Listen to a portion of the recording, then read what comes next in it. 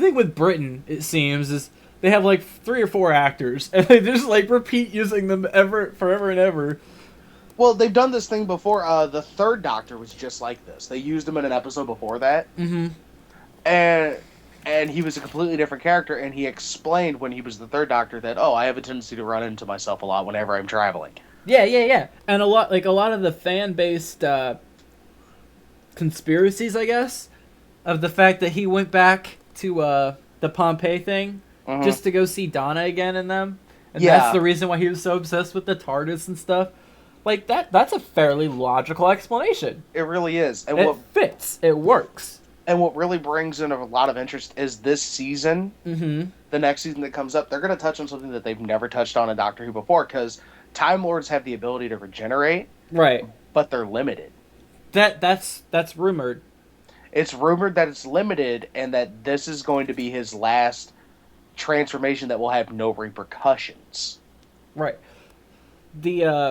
A lot of people don't seem to realize that the Doctor has regenerated a couple more times than should be allowed anyway. Yeah, he's regenerated like 12 times. Well, he's regenerated 12 times already without adding John Hurt in the middle there. Yeah. Because between 8 and 9, there was actually John Hurt, quote unquote, who was the Doctor during the Time War, but he didn't call himself the Doctor because he broke his laws or whatever. He broke his own rules and he couldn't call himself the Doctor. Yeah. So, like, well, at least that's what it seems like so far, and I hope they go with that. But that's one extra generation in there. Then while he was David Tennant, he regenerated back into David Tennant by using his hand. Yeah, he did. That was a regeneration. Just because he ended up looking the same because he had a DNA sample nearby, that was still a regeneration. Technically, it was. So he's already got the full 13. So the real question if it is limited to 13, he should not be able to become the new Doctor that we haven't seen yet. At least not without repercussions. Exactly. So it might be his, like, I think the 13 is just something people grabbed onto to grab at something. Yeah. So that they could make themselves feel more connected to the Doctor, because even the Doctor can die, even though it's forever and far away. But it brings a bit of humanity to a character. But a lot of people seem to forget that scene where David Tennant became David Tennant again. That was still a regeneration process. It was just not normal. And a lot of people seem to forget about that. Well, the real question is, would you consider that a full regeneration or a partial regeneration? Because it wasn't a complete rejuvenation of the body. It was just kind of restoring what was already there. See, I almost feel that, but he grabbed onto the hand's DNA so late in that process. I feel like it still would be a full regeneration process, and regardless of that, it feels to me like he said multiple times how he has like so much energy that he can spend of rejuvenation, and that's still spending that energy. Because like whenever he healed River's hand in the Angels Take Manhattan deal, she slapped him and said that was a waste of your regeneration powers. Which indicates that there's a limit, which indicates that there's a finite amount, which again does go with the 13, but that's also just a speculated number that people came up with. That's never been confirmed anywhere. It's kind of hard to say, and it is, but and if they do bring in this whole like, oh, the regeneration process is limited, I still feel that they could keep this thing going for a while. All they would have to do is he would have to break one of his own rules technically and go into the heart of the TARDIS. Right. And a lot of people seem to also forget that the one episode where the Hath took his DNA and created a daughter, that daughter is still alive and out there doing something. They haven't done anything with her, and if they don't, I'm going to be very disappointed, because that was such a good character. Oh, yeah. Because it pissed the Doctor off. That's what... She was his child, but technically his polar opposite. Right. Like she was, he didn't, he was, I don't know, like whenever that happened, it was just something about him seemed so upset about it, because it was like, because we know he's had at least a daughter before because he has a granddaughter, Susan, Yeah. who also has never been confirmed to have done anything or anything past staying in the past. Because I just watched that episode recently. Yeah. Whenever the Daleks invaded New York in one of the many, many, many early episodes, she stayed behind to live with a human. Mm-hmm. She just stayed behind on Earth, same timeline, blah blah blah, or as far as we can tell. Yeah. Nothing ever came of that so far. I haven't finished watching all of it, but nothing was ever heard from her again, as far as I'm assuming from what I know of the series. So it's like, they could easily bring Susan back in somehow, and it'd be so much easier because she is Time Lord herself. A lot of people were, before the episode where Clara steps into the time wound, Yeah. a lot of people were speculating that Clara was actually Susan. I can believe that. And a lot of people did, and a lot of people were going along that baseline until that episode came out, of course. But that still brings up the point that nothing was ever done with Susan either. Mm. He dropped her off, and then they left. Yeah. Nothing ever happened again. So they could continue the series in so many ways. They could continue using the Doctor's daughter. Mm-hmm. After the Doctor dies, maybe the daughter goes out and tries to hunt down whoever killed him. True. And create a whole sub-series off of that, the Doctor's daughter, something like that. Susan could come back somehow and become a huge part in that, like maybe sacrificing her regenerative abilities to him to keep him alive somehow, giving him extra transformations. They could do a limitless thing. That's the beauty of Doctor Who. Yeah. No matter what conflict you can come up with, there's always some correction for it in Doctor Who. Oh, definitely. And that's one of the great things about it. It's sci-fi, but it's fantasy as well. The one thing, unfortunately, they cannot do, because they've technically already done it, was they can't follow Captain Jack Harkness. Yeah, I know. I hate how they closed that line off. Because the Face of Bo said, "You will see me exactly 2 more times," or something like that, and then that'll be it. And then he saw them 2 more times after that, and he was like, you know what? Like, they really can't bring him back. And if they do, it'll be for a quick episode. And it'll be like one of those half and half where he's there, but you don't really know. Like, the Doctor doesn't know, but we all know that he's there. Something like that. And they can't make an entire separate series off of it because they've already done that. That's Torchwood. Right, which I still need to finish watching. I'm on, like, season 2. I love that one. I like the girl with the tooth gap. Yeah. She is gorgeous, and she's such a good actor. Oh, yeah. I mean, I like Torchwood, but I wasn't that impressed. I liked it a lot. I think it was just the acting, honestly. I didn't really care about the overall storyline too much. Mm-hmm. Because it was, it was a spin-off of Doctor Who. I didn't mind that. Yeah. That felt fine to me. So, like, I expected it to be a little lackluster compared to Doctor Who, because it's, of course, a spin-off of Doctor Who. You can't really compare it to it. You compare it with it. And I thought it was really well done for what I've seen so far. I haven't, like I said, I'm not that far in, because I started using a different computer setup and wasn't able to watch it on Netflix anymore. Yeah. But once I get caught back up on that, I'm sure I'll love it even more. But her and Jack Harkness, I mean, come on. The acting those two do alone is amazing. Yeah. Do you follow Jack Harkness or John Barrowman on Facebook? I think so. Because he's got like an official Facebook that it seems like he actually updates himself, not just have somebody do it for him. I would not be surprised by that. Because he seems so down to earth. I would love to meet that guy. You know what fandom I kind of got into recently? Supernatural. See, I used to watch that with my mom. We used to love sitting there watching that. It was that and Smallville that we watched together. I really got out of Smallville after a while because... Yeah, it did drag on a bit. it dragged on like too much. I mean, to the point to where he figured out finally how to fly and everything, and he was slowly but surely becoming Superman, but wasn't admitting it yet. Pretty much, Mm-hmm.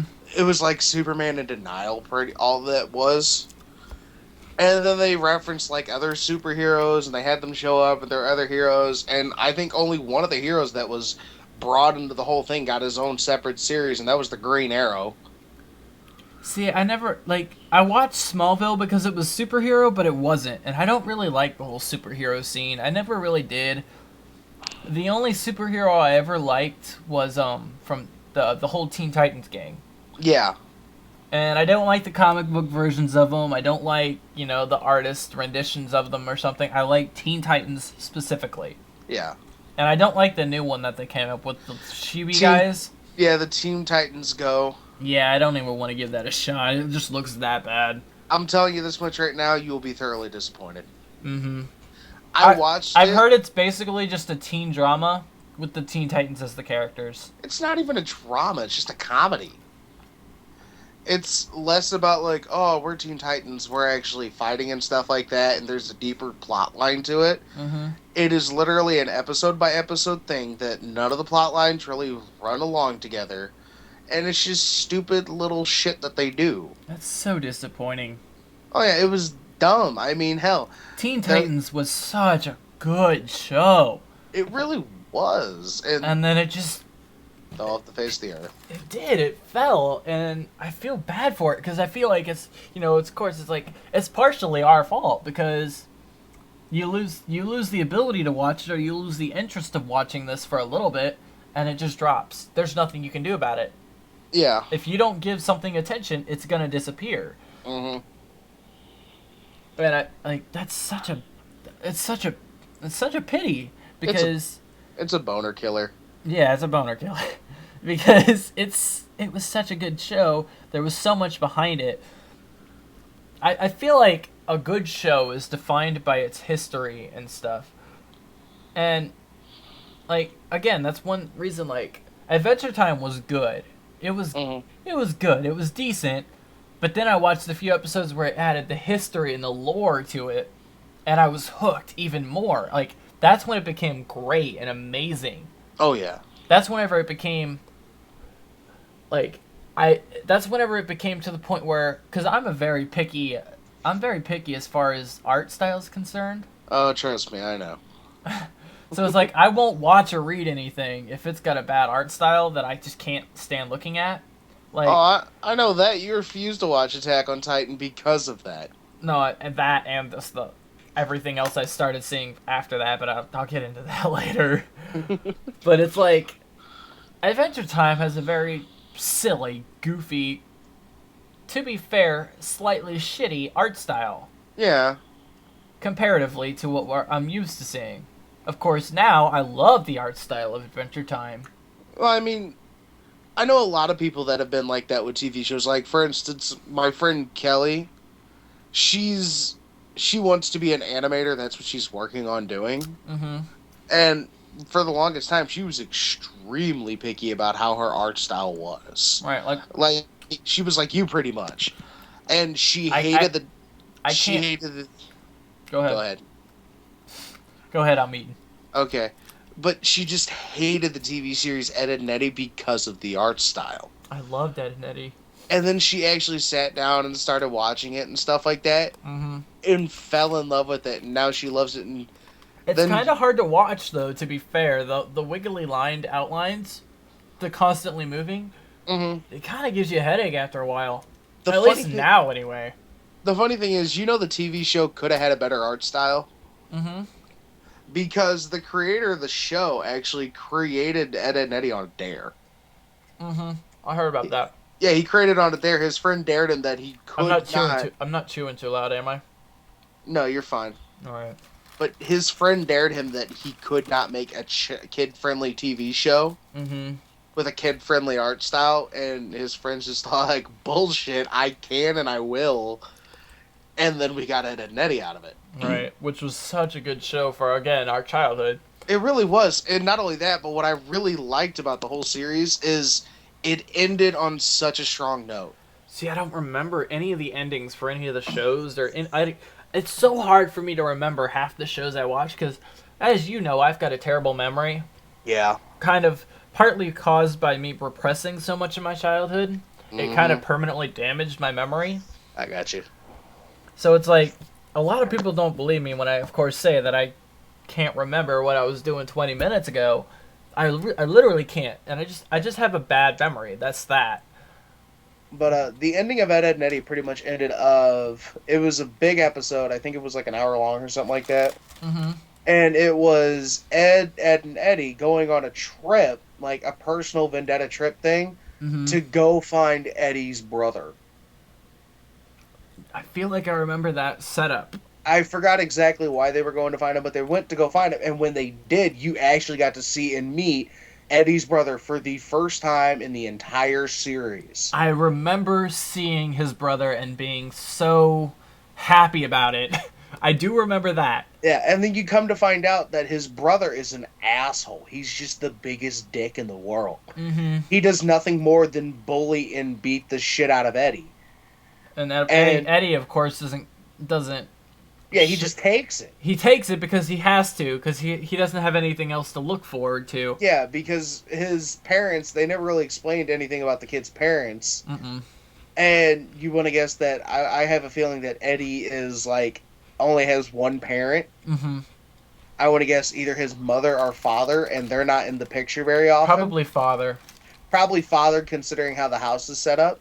That, and if it were a mother, you would almost feel... you would probably get more of a sense if there was a mother around.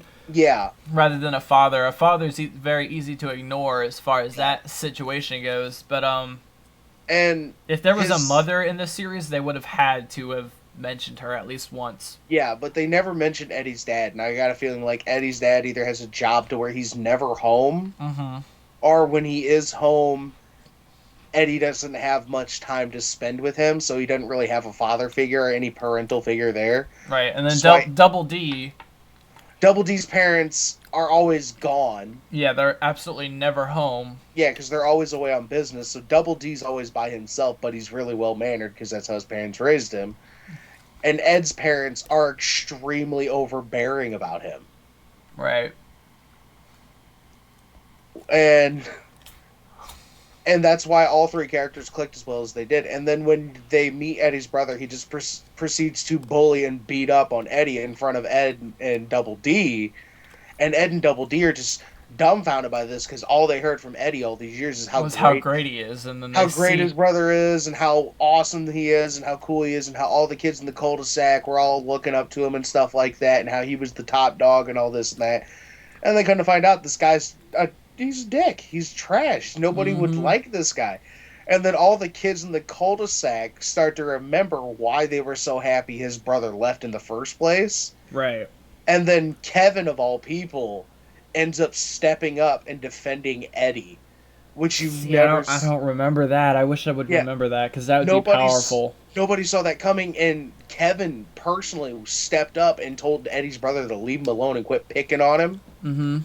And then he started getting lippy with Kevin, like, oh, you want to start something? And then all the kids in the cul-de-sac joined in, and Double D and Ed joined in, and they all pretty much, like, beat up Eddie's brother over this. And it ended on the good note of Double D and Ed continuing on with their life. Them and Kevin are now good friends, and they have a better respect. Everybody has a better respect for them in the cul-de-sac than they did before. Did Eddie ever end up with Chaz? You mean Naz? Naz. No. They never really touched up on that.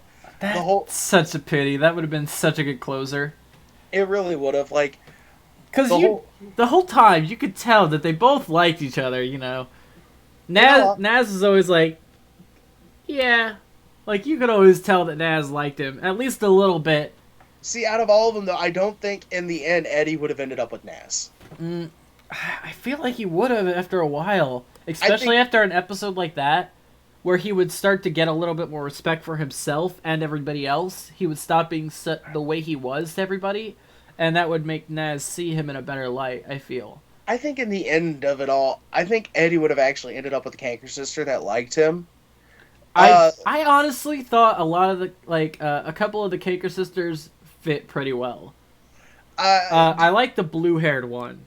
yeah, she was cool. The one that the crush on Double D.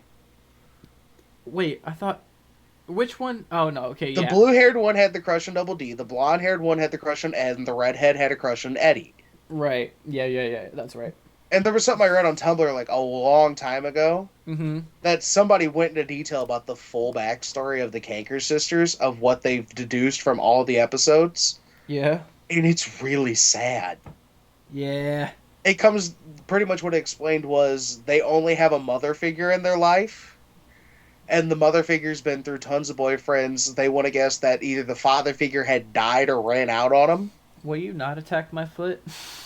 and all they could and it was just pretty much like the mom just feeding her children all these stories how like Right. men are trash, Come they'll here, kitty just kitty. ditch you and get away from you, you don't need them and all this like that.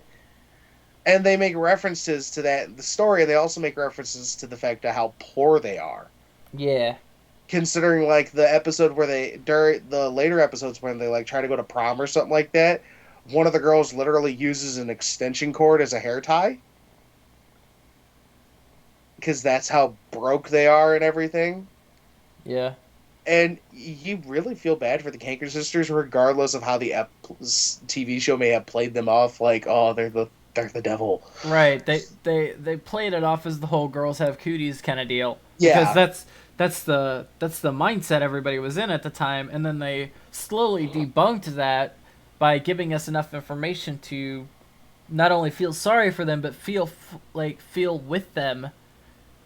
Because yeah, I know I at that point in time was lucky if I could watch anything because, I mean, we literally had at one point an extension cord draped across the street, literally in the road, across the road, into our neighbor's house so we could power our fridge, so that all our food wouldn't go bad. yeah. Like that's how poor we were. We were borrowing electricity to keep our food from going bad.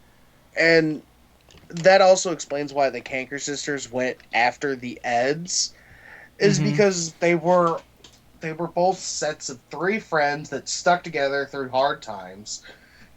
Each each set, the three girls were sisters, obviously. The three were just friends, but they all had rough backgrounds. Right. Like Eddie having the father figure that didn't care, Double D having the parents that were never there, and Ed having the extremely overbearing parents that never let him do much. right. And his parents also played favorites. Right. Definitely. Because you could tell that his parents played favorites by how the rest of the house looked, how Sarah's room looked, Right. in And then comparison to Ed's basement. yeah, Ed's basement was basically just like a trash room. That they It put was always dark and green and like dirty, and they never cared because that was right. Ed's space. They let him do what he wanted down there, and that was the only freedom he technically had. Right, so he did anything he could. Yeah, and Every time I think you've ever seen his bedroom, it's literally just been the one bed in the corner that was all beaten up and tore up and you know, and then you had the dirty couch and and the then chair, and then you had the half-ass TV. right, and I was about to say like there was like one or two episodes where he actually had a TV down there And the and he TV watched monster like movies. yeah, like age-old monster movies and just like Because that was probably the only reception he could get in. right. And then of course he went crazy and started like pretending to be a zombie around Yeah. everybody, but Well, I mean, in an event like that, where you have nothing, no real form of creativity in your life because your Mhm. parents are that overbearing, you have to create the entertainment yourself. and when the only real form of entertainment you have besides your friends is a channel that plays nothing but really old monster movies, you begin to cling to that almost. Right. Kind of how like Double D clung to the cleanliness and the orderliness of his parents as a way to remember that they were still there. Right, because And if he lived in a messy house, he would be reminded that there's nobody there to clean it up. So Yeah, so he would keep the house in spit spot condition. He would label everything, keep it organized as a way to remember, oh, my parents are still here. yeah, it's like, oh look, they made coffee this morning, but he in fact Yeah. woke up in the middle of the night and made it himself.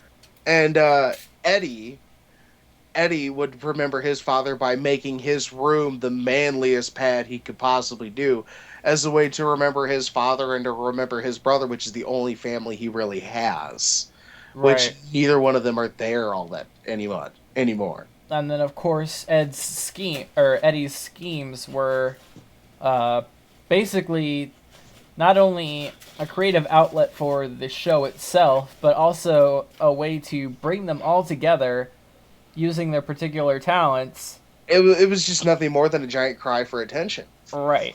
That's why they always did such goofy plans and stuff. Outlandish plans. It's like they knew they would never work. Mm-hmm. They were just an excuse to hang out. And Like I remember whenever I was young, hell, like even whenever I was living in New Athens with you, we would all just walk out to the woods and collect deer bones that people had dropped back there and try to like get enough to assemble a full deer's worth of bones or something, just because it was yeah, something to do together. We didn't really care about it. It was, I mean, it's fucking dead deer dead deer in the woods that people it killed time. exactly. We were all hanging out together, having fun, just doing something.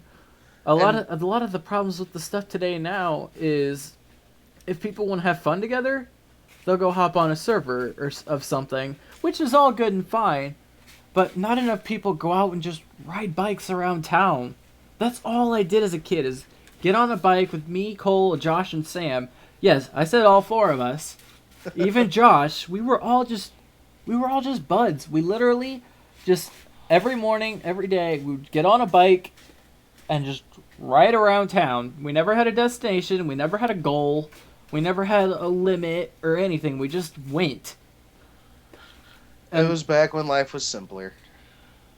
the fact that any of us got along with Josh is point enough that things have changed. Like Josh has always been the more you know what you know Josh. Macho aggressive. Yes. But whenever we were all just hanging out together, that didn't matter. We were all No. just hanging out together. Yeah, if you had Josh in a room with just like you and a couple other people that we knew, Josh was a completely different person. He wasn't bad. He wasn't terrible to be around. Yeah, he But like the if it was me, you, Bagaki, and Josh, we'd all be Ooh. getting along fine. But the instant that you put like Josh in public with other friends of his, he had to show off. He changes. He becomes a show off. He had to show off. He had to pretend to be. I had to be that. He had to be that dick. Right, and like if because and the thing is, I think he knows he does it too, which just pisses me off because we'll all be chilling around in the living room if I've got like or if he's got like a buddy over and I had my friends. This is actually an example. Actually, me and Cole were hanging out, and then Cole's friend, our cousin or something or another, was over, and we decided we wanted to play apples to apples with her friend, me and Cole. Mm-hmm. And we invited Josh and his buddy that he had over to play. Because, we were being polite. It's like, Yeah. hey, you guys want to play too? There's plenty of room, and we have cards, and we'll have fun. And he's like, no, I don't want to fucking play. I don't want to play with you guys. I don't want to play. I don't want to play. But the second his friend left the room, or left the house, like, to go home, He jumped in. he jumped right in and had a blast with us. Yeah. He I don't know if he does it on purpose or not either. It's just I don't know. I feel like a lot of people put on fake personas around people without the necessity to, but they feel like they need to, and it Yeah. just kind of spoils their persona, I guess. It really does. I mean, I know exactly how that is. I got plenty of friends that do shit like that. Like, TJ, if you're around TJ and it's just like us and a few other guys, Mm-hmm. he's a completely different person than what you're used to in like school or something like that. Because whenever it's in school, TJ's like, "Oh, I'm a hard motherfucker. Don't fuck with me," Mm-hmm. and shit like that. But dude, outside of school, you want to hear something funny? That dude is the nerdiest bastard I've ever met. Right, and that's another thing, like, I don't like about people in this society anymore. Everybody has to be the biggest badass they can. So everybody goes around trying to be, the most gangster they can be, but nobody, like, the problem is everybody thinks that everybody wants them to be the gangster or whatever. But we don't. But in reality, nobody does. Everybody just does things because they think other people want them to, and therefore other people think that they're, like, it's literally just a chain. If everybody was just nice to each other for no reason, everything would be pretty much fine. But the thing is, everybody expects people to be bitchy and angry and mad at each other. It happens. So everybody does that because if they expect it of you, why not just go with it? Like, you got that, and then you have those people that have had like hard times on them or something like that, and have had bad things happen to them, and then automatically assume the world must give me repercussions in some way, shape, or form. Exactly. It's so either I should get something out of this, or somebody needs to be feeling sorry for me. The biggest problem with this, I just said the word for it. Civilized society, yes. The biggest problem with society now in this day and age is nobody has enough respect for themselves, and nobody has enough respect for others. And that is the biggest fucking problem in the world today. Nobody respects themselves and nobody respects others. And everybody expects to be respected. And that's the biggest fucking problem. And the one thing that everybody forgets is respect's not given, it's earned. Right. There's a word for it. Pride. Yeah. Everybody has too much pride. That's the whole reason wars exist. Pride. Pride and money. Well, money is only a tokened pride, basically. Money is only worth as much as you think it's worth. I could pull a $100 bill out of a wallet and, burn it and be perfectly fine. It's just a fucking piece of paper with little fibers on it. It's nothing more than an IOU. Basically. It's just a credit. It's an idea. Money is an idea. The only reason it has value is because we give it value. I personally think that our society, if we had not created currency, would be better off. If we just traded goods, like, okay, here's what we need to survive. A place to live, food, shelter, blah, blah, blah. Socialing, basically. Yeah. So, certain people are at the job of farming and getting food. They trade that with the other, craft halls, I guess. I'm kind of going into have you ever read the Dragon Riders of Pern series? I let you read the series. I only read the first book. Are you the one who started me on that series? Yeah, remember I let you borrow that 3-box set?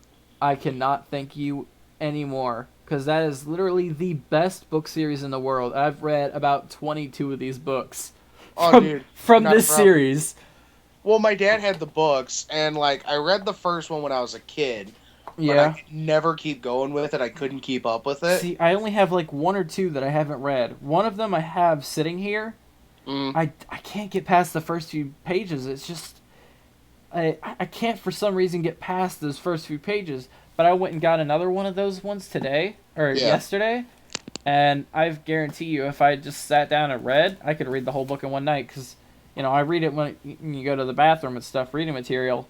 And, everybody, if you've got an excuse to sit in the toilet for a while more, whether you're playing video games or reading, you just do it.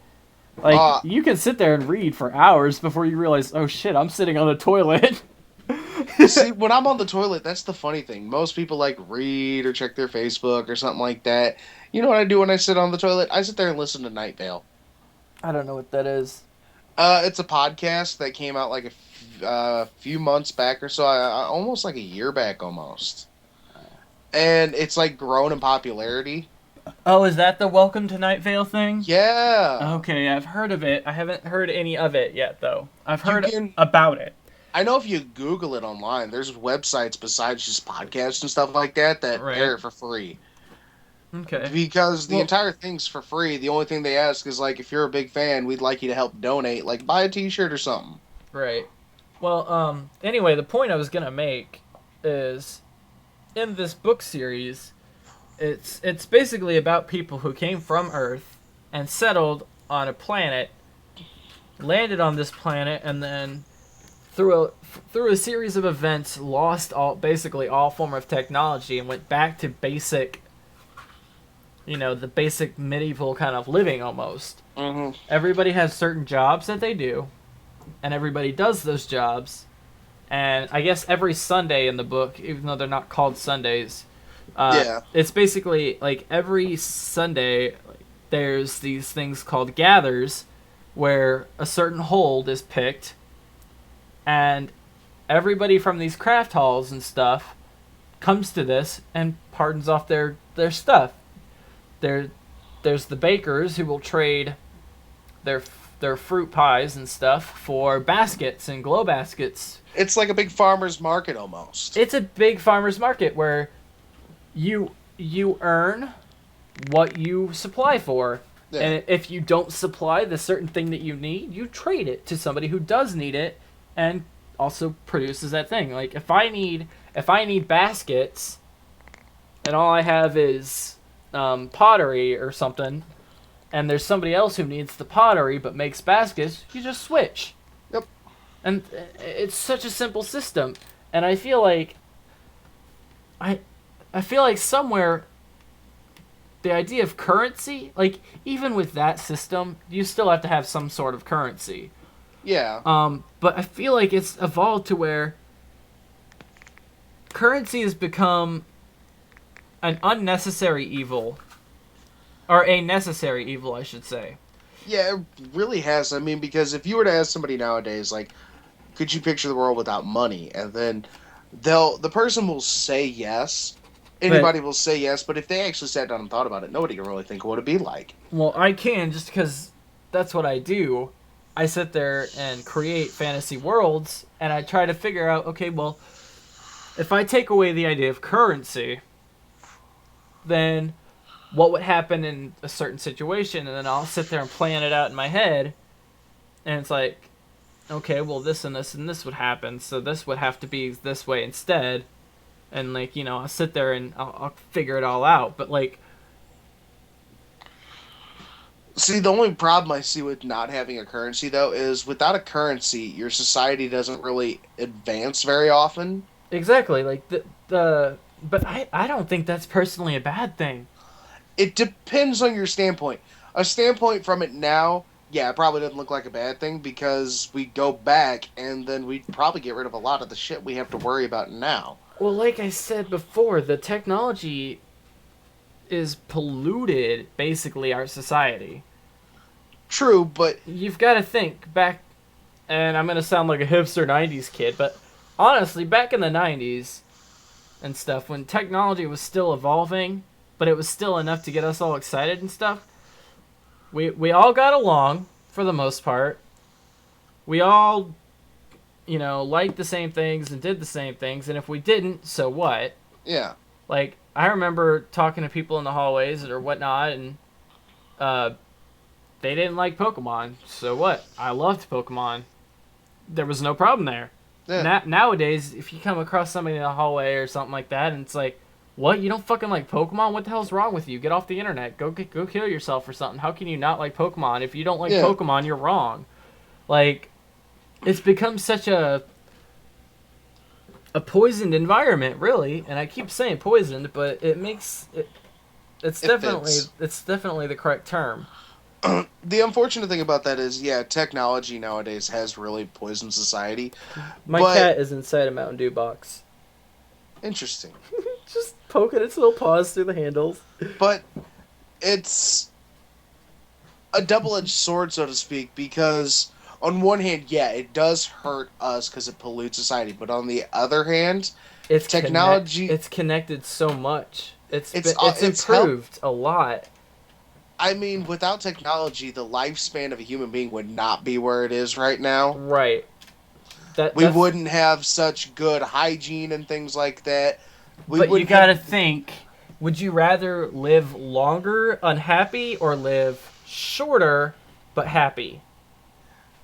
And that's a hard thing for people, because the whole drive of the human psyche basically is to survive forever. The human stigma is nothing more than to advance.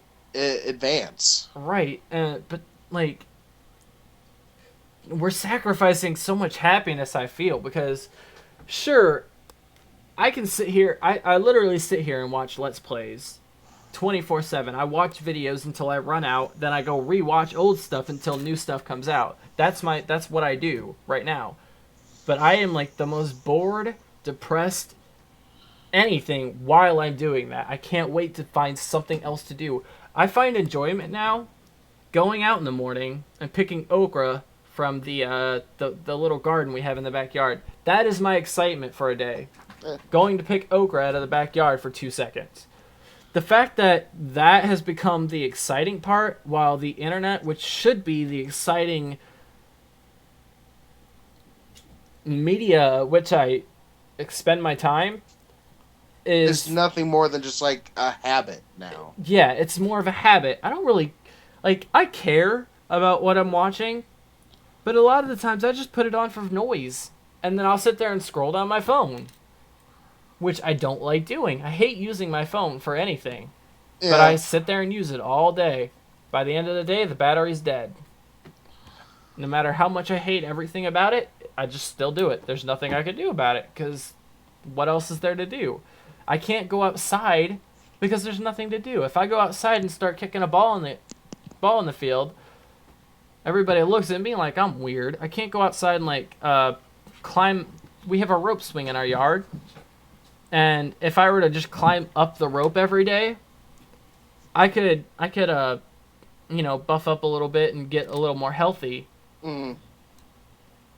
But if I were to go out there and do that every day, I would be looked at like what the fuck is that kid doing? I can't go out and ride bikes, because if I'm riding my bike past a group of kids riding their bikes, I'm looked at as a pedophile almost, just for riding a bike past a bunch of kids. I will honestly say, society has become nothing more than everybody's just a big bunch of pussies now. Exactly, like everybody's so obsessed about what everybody else is doing, and that's all they care about. Whenever they could be bettering their own lives and the lives of others, but they just don't care. Like me, I love helping people. I don't care what it is or what I'm doing. I love making people happy and smile. That's all I want to do in life.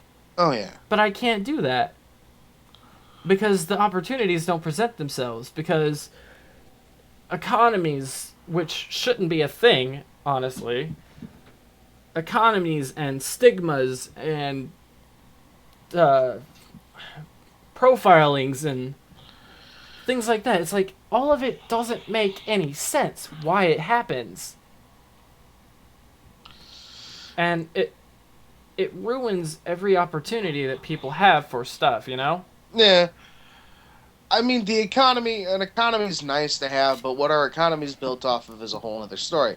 Like, if we were to do the whole, trading goods and stuff like that, we could still have an economy. Yeah, that's still technically an economy, but when I'm talking about an economy, I'm pretty sure, I'm not 100% sure of this fact, but I'm pretty sure every country in the world but 2 are, in debt. Which doesn't make any fucking sense, because what would have to be true of that is one country has all the money in the world, and the other, honestly, to fix currency, I feel all we would have to do is unify a monetization system.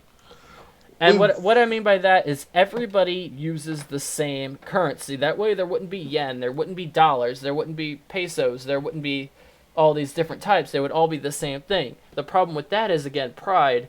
Everybody wants their thing to be the right thing. Well, it's partly pride, and it's partly because, any form of currency that a world government has, like the U.S., Europe, Asia, and all that, their money is backed by gold. Right, which is only, again, valuable because we give it value. Because we find it a precious metal. See, what we need to do is the problem is if you were to go to any American in America basically, and you say next week they're gonna turn every single money system in the world to the same one, which one should we use? They're gonna say dollars. You go to Mexico, say the same thing. They're gonna say pesos. Europe is gonna say euro. Japan's gonna say yen, etc. Everybody wants theirs to be the same. But what they need to do is just change it completely so that everybody uses the same gold. And everybody uses the same gold credit. So you would have something that was worth maybe a fourth of a gold. That would require the world, though, to share their own things. Which would solve so many things. But again, pride stops them from doing that. Everybody wants their own, and they want to keep it theirs. It's true. And it's partly because nobody really trusts anybody. Exactly. But if everybody was sharing everything, then it would be more harmful to everybody and themselves rather than beneficial to themselves. If everybody had to believe in and trust in everybody, then you would benefit more from actually going along with that and trusting people than deceiving them. The problem is there is always those people who's like, well, I don't believe that. I feel like we should have. I feel like my ideas are the best, and then I should be in charge, and then somebody will do that, and there will be a war and stuff like that. The problem with the whole theory of like everybody trying to get along and stuff like that also comes in with a theory. It's just too big of a dream, I feel. And on top of that, there's also a theory that was brought out a while back, known as the Lucifer theory. What's that? The Lucifer theory. Have you ever heard of the Zimmerman experiment? No. The Zimmerman experiment was started by a college professor. His last name was Zimmerman, and the thing was that he closed off part of a college, a few small rooms, and a hallway that led into the rooms and stuff like that. Right? Mm-hmm. He closed off this section for the project. The project was supposed to last about a month. And the whole project was that they took 12 students that were a part of the class. Each student randomly picked a piece of paper out of the hat and it designated their job. One was a prisoner and the other one were guards. All right? Okay. And for this month, they would pretend to run a prison. The guards would have hourly checkups. They were meant to keep the prisoners in line. They had to keep it well running and try to keep the prisoners in check. And the prisoners were to act like prisoners, just try to get out and stuff like that. But they were also given a touch of free will to proceed forward with the project how they saw fit to stick with their jobs. Mm-hmm. All right, to the point, and when they got their job titles, the police officer, the guard, so to speak, they thought, well, if we're going to be guards, we got to have the uniforms, we got to have like some of the stuff. We don't need guns, obviously. Mm-hmm. And like they had like the legitimate like guard uniform with like the aviators, the whole 9 yards, the mustaches, and the prisoners were prisoners. But over this like 2 to 3 week period, the relationship between these two groups of people, which by the way have been in class together this entire time, they have no problems with each other, right? Uh-huh. The guards began to become abusive with their power. Exactly, that's the problem. We assign too much power to certain people. I don't think there should be... I feel like the way we assign power in this world is backwards almost. Or it's become corrupted. While the ideals still are sound and supported, the way we actually go about it feels corrupted and backwards a little bit. Well, you give any man any sort of form of power, and they'll expend it because they're gonna try to build off of it because it's the human stigma to try to advance yourself in life. Right, like try to think of it maybe try to think of it this way. If you're given a certain amount of food and you have a certain amount of time with that food before they take that food away from you and give you something else. Or like if you're in a video game, like oh, this is a good example actually. If you're in Mario Kart, okay, Mm-hmm. you know how whenever you ride through a power block, you get an upgrade. Yeah. What's the first thing you do, I play. I or see what. what do you do with it? It depends on the upgrade. Right, but you know how whenever you drive through, like if you already have an item and you drive through another thing. Oh, the first thing you're going to want to do is you're going to want to expend the item that you already have to see what else you might get. Exactly, and that's the problem. People want to spend their power while they have it because they'll either lose that power or they'll get a better one afterwards. And they know that if they don't use their power during that time period, it's a waste. Like if I have a red shell in Mario Kart and I'm coming up to a power up boost, I'm going to use that red shell before I get to that power boost so that I can get another ability. Yeah, it's hopefully something better than what you had or the same. I feel like that's an accurate simulation of the way that governments and power distribution works, honestly. Well, sorta. Sort of, but I mean, I feel that's pretty accurate, at least in some degrees. It's a basic representation of power. Yes. You're going to want to use what power you have while you have it for fear of losing it or wasting it. And when you've fixated yourself in a point to where you know you won't lose the power, then you become too strong. Exactly. Once you that's, I guess, where the term overpowered comes from. Yeah, whenever you fixate yourself in a comfortable place to where you know, okay, here I am fine, I will always have this power, it will not leave me, and the only way I can go from here is up, you get comfortable with it. Whenever you get comfortable with power, this is when you get greedy. Right. Like, do you know what Feed the Beast is? In Minecraft? Yes. Sorta. Okay, well, Feed the Beast is a mod pack. Or, yeah, Feed the Beast is a mod pack, okay? Mm-hmm. And it has a lot of mods that a lot of people consider overpowered because of the way that they work. What a lot of the goal of the mods in the Feed the Beast mod pack is to automate and control everything. You can literally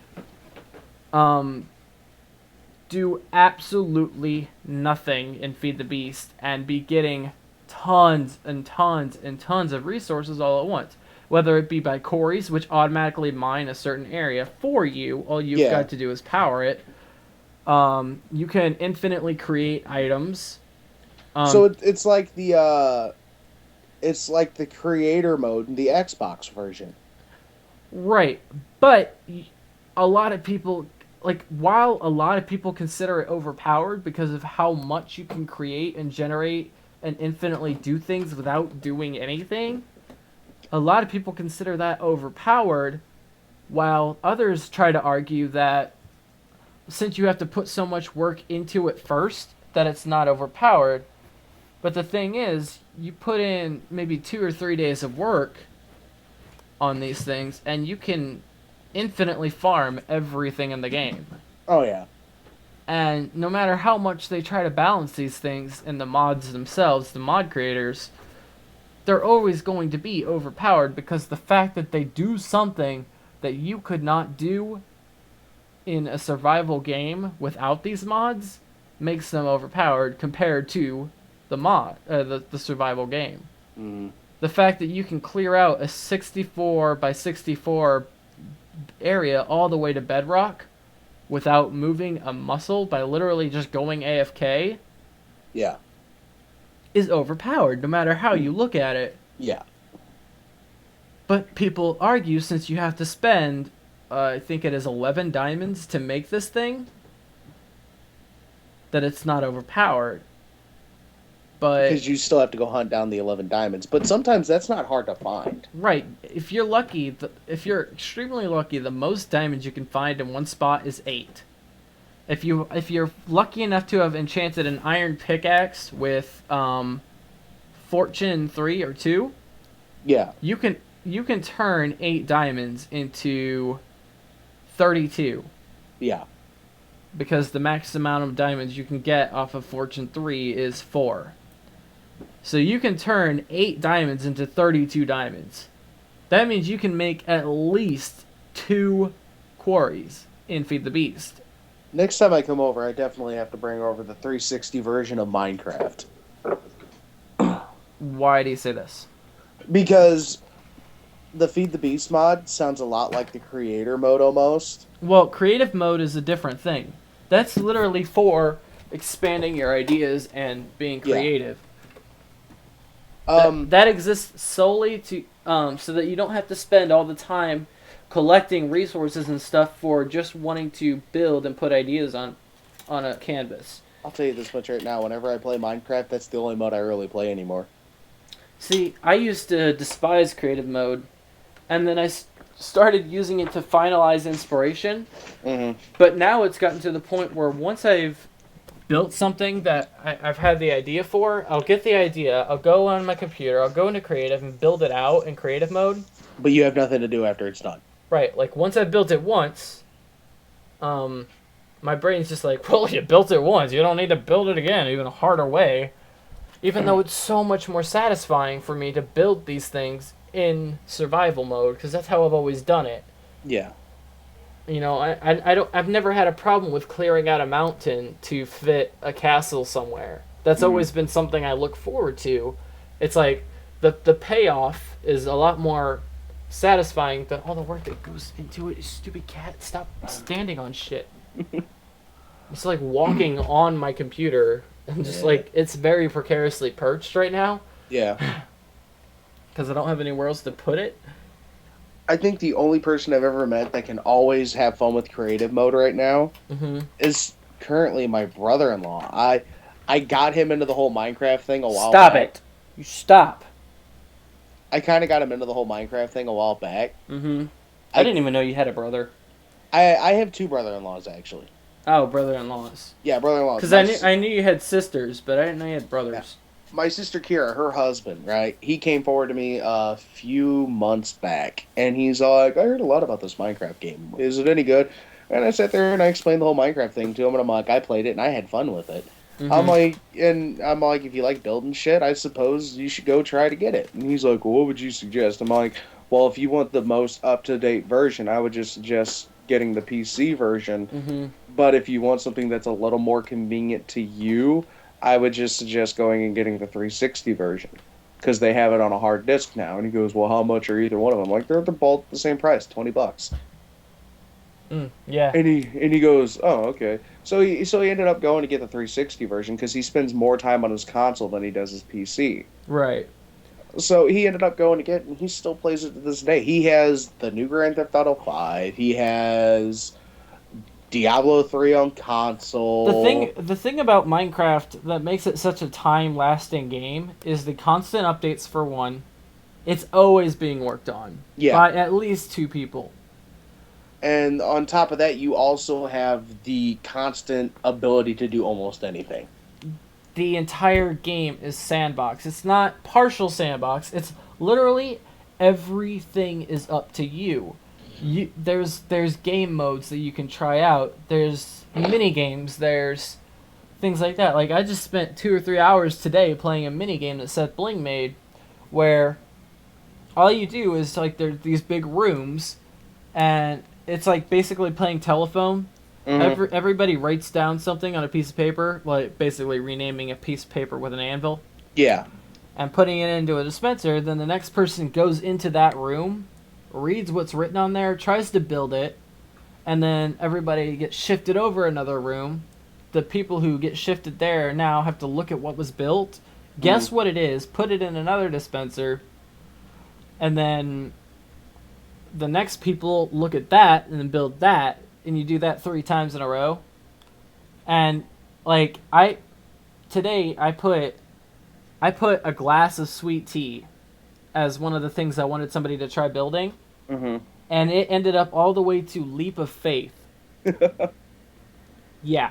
It made no fucking sense. And we had a tongue ring turn into the Starship Enterprise. Okay, then. because my tongue looked like a dick, and somebody put the SS Pinker prize or something like that. Mm-hmm.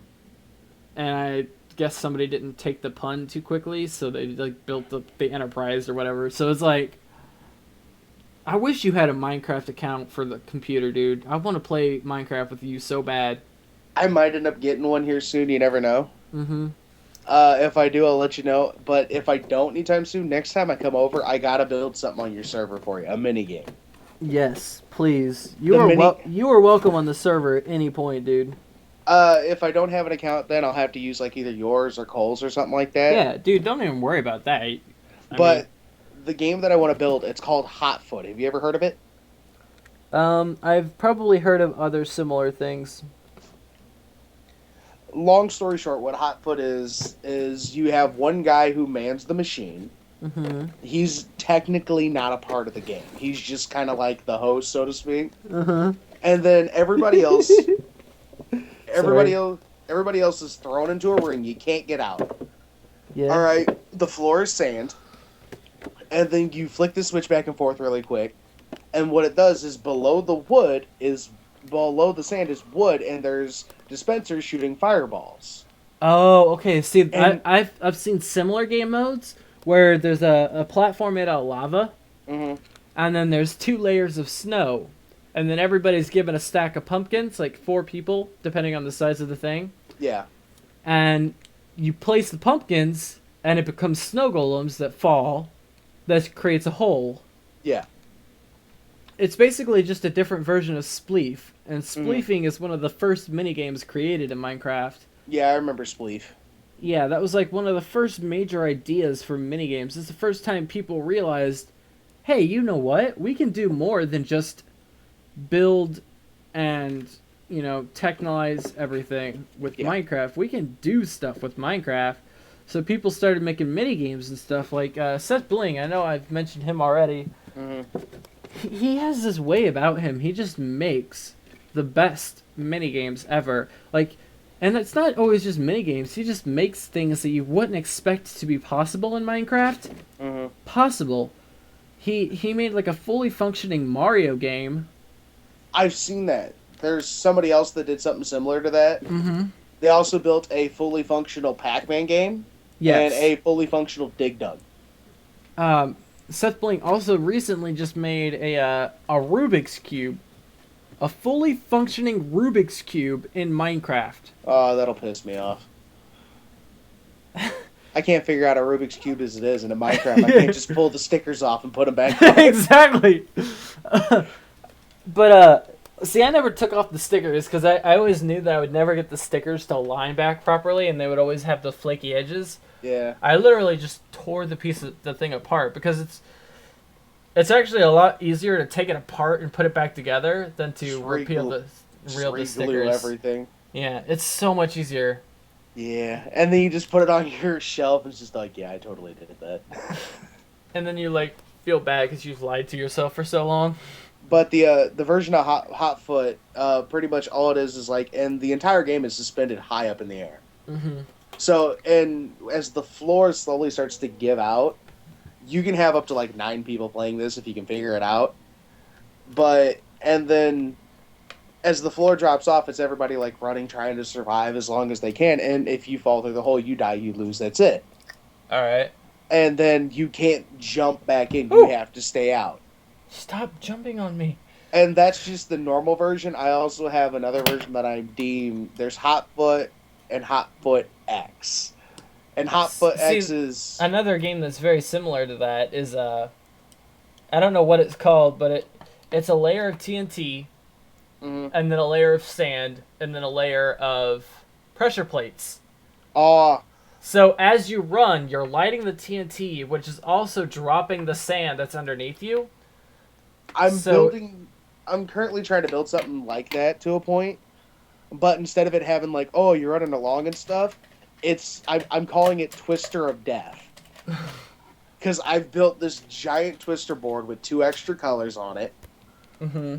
And every single color has a pressure plate on it, but not every pressure plate does something. I've randomly placed TNT. I don't even remember where I put it anymore. And once I figure out a way to build like a spinner wheel almost Yeah. to randomly pick a color, then the game will be complete. And what it'll be is you'll have the host guy who will sit there and he'll flick the switch to spin it or something. And whatever color it lands on, that character has to step on the nearest color to him. Okay. That like that. So like, see, using the new Minecraft stuff that we're getting right now, you could make that all automatic. You could automatically randomize where the TNT goes, where the players go, and all that using redstone. I'm not using any redstone so far. Right, I understand that, but like you could make it 100% random and actually like for your example, you're saying you went through and placed the TNT and just forgot where it was. Pretty much. You can 100% randomize it using the new command block stuff that we're getting now. And the beautiful thing about the whole thing is the entire floor and everything pretty much is made out of obsidian, including the area encasing the TNT. So when the TNT blows up, the explosion only has one direction to go, and that's straight up to where you're standing. Right. So it's gonna kill you. Do you know the map for what is it, Standoff on Call of Duty? Vaguely. Okay, well, BWO and Etho, I don't know if you know who they are. I know who Etho is. Alright, well, those two worked together on a Feed the Beast server. Mm-hmm. Ow! Fuck! Okay, note to self, cat is not allowed in podcast. I've been recording quite a bit. You've been recording this? Quite a bit of it. I didn't want to tell you. Oh, that's cool. But those two work together to make 100%, well, I think 80% functional Call of Duty game mode map in Minecraft Feed the Beast. Nice. And they did it so well, you actually forget that you're watching Minecraft. You feel like it's just a combination of the two games. They were literally playing Call of Duty with Minecraft graphics, and instead of guns, it was all bows. But I don't know, it just felt so cool. And even though I'm not that big of a Call of Duty fan, even I who had only played that map a couple times, instantly knew what map it was. They had all the redstone working. They had a randomizer. They had it to where if you died, but like your checkpoints or your domination points or whatever, were being captured too close to your spawn, it would change your spawn to a different spawn point, just like it would in Call of Duty. And I thought that was so cool, the fact that you can do all this kind of stuff with Minecraft now. Yeah, you're going to have to show me how to use this randomizer stuff. That was all in Feed the Beast, unfortunately, but you can do it now with command blocks. Okay. I don't know how to do all that kind of stuff, but I can show you some videos of people who do, then I'll let you play around with it. Oh, and I figured out if I do get the PC version and I am officially on the server, I know what I'm building my house to be. What is it? A lighthouse. Nice. Because I had a guy who plays Minecraft. I like how everybody who's on like the Xbox and stuff, they are still so beta with their builds.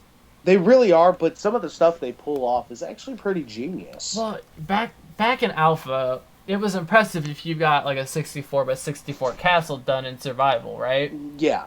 Then there were those people who were building the Starship Enterprise and shit to scale, 100%. Yeah. That was the stuff that blew our minds back then. Now, if you can go into creative mode and build the Starship Enterprise to scale in maybe 10 hours. Yeah. But now it's like, if you do that kind of stuff in survival mode, it's still impressive, but it's not as impressive. It's just like, dude, I could have done that myself. Right. Or you could have done it in creative mode like 20 times faster. I don't know why you didn't just do that and cheat it in. It's like, because I would have had to cheat it in. Yeah. But no, what I saw one of the guys build is, because on the 360 version, we have the power rails and stuff like that. Yeah. And we now have the redstone lamps. Oh yeah, you guys just got all that. See, that's so old to us. So we're still working around, playing around with it and stuff. And this guy in my brother-in-law's game, because in his little city, he's actually building a legit city with skyscrapers and stuff like that. He's building a whole sewer system, a tram system. Right. I Like, mean, hell, currently right now, we just recently figured out how to build a half-ass elevator. yeah, elevators have always been something that's always been tried. Uh, there's The best way we figured out how to do it was with water and a boat. um, hold on. One thing. Yeah, the water elevators with the boats used to work. They don't work anymore. Not anymore. Um, sorry, I can't type and talk at the same time. 1 second. Okay. Somebody finally hit you back up. Mm-hmm. Saying they can hop in if they want. All right. But like, there's kind of like a list of classic Minecraft builds that you kind of go through. You always build like the house, then you always build like the house with the bricks incorporated. Then Yeah. you build a castle. Then you build an underground cave base. Then you build like an above ground something or another. Yeah. Like I don't know if I said castle already. Yeah, you already did. Okay, well then there's always like the lighthouse and stuff like that. Those are always the standard builds. You build at least one in your Minecraft career, basically. Mm-hmm. And then there's always recently a lot of people have been doing the villagers. Like you build a village that breeds these villagers well and protects them and stuff. So that's always another project that's added. Yeah, we just recently got the baby villagers. Oh, wow. You guys are behind. We also just got the ocelots as well. Oh man, you are a bit behind. That's another Uh-huh. thing. Whenever the wolves first came out, everybody was building wolf dens. Uh-huh. I like that was the first thing. Everybody was on the same map too because that was right when seeds came out. Mm-hmm. So it was we were getting everybody wanted the wolves right away, so they would look up the seed for which one spawned wolves, and it was wolf. So everybody used the map wolf, so that they had wolves right away. Yeah. And on that map, I remember it pretty clearly. It's a shame that seeds don't stay the same through updates. Mm-hmm. Because I would love to go play back on that map again. Because it was also right whenever we got birch trees and stuff. Yeah. It was beta 1.4 that all that came out. Mm. That was also when we first got beds. Hmm. There was this like little half hill. Mm-hmm. Like the hill came up and over, but it was mostly hollow on the inside. Yeah.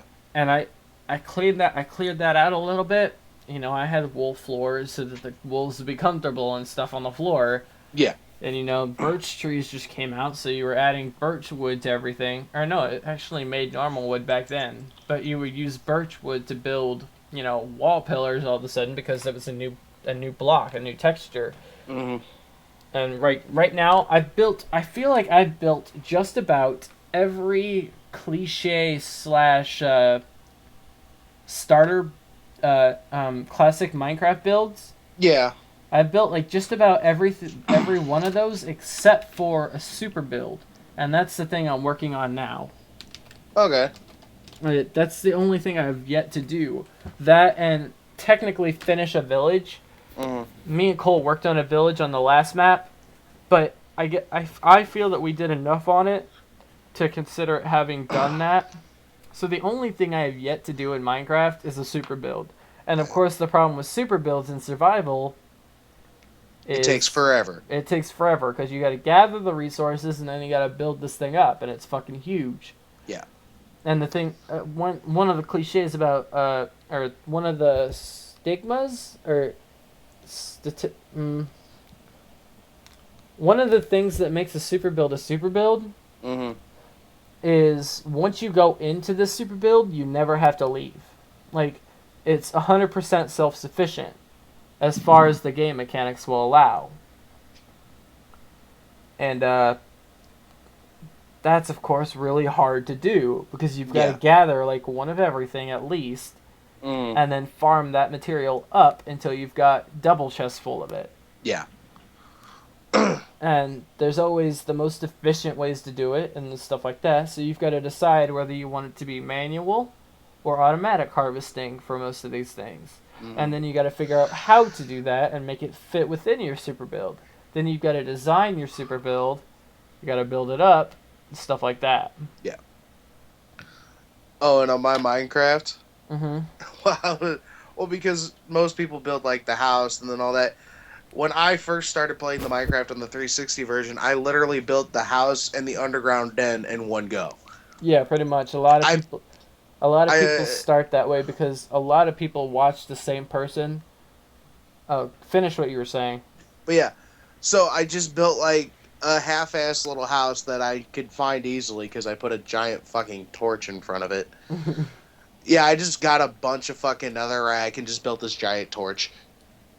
So it's just like this huge blimp on my fucking map is just all fire, and it's there's my house.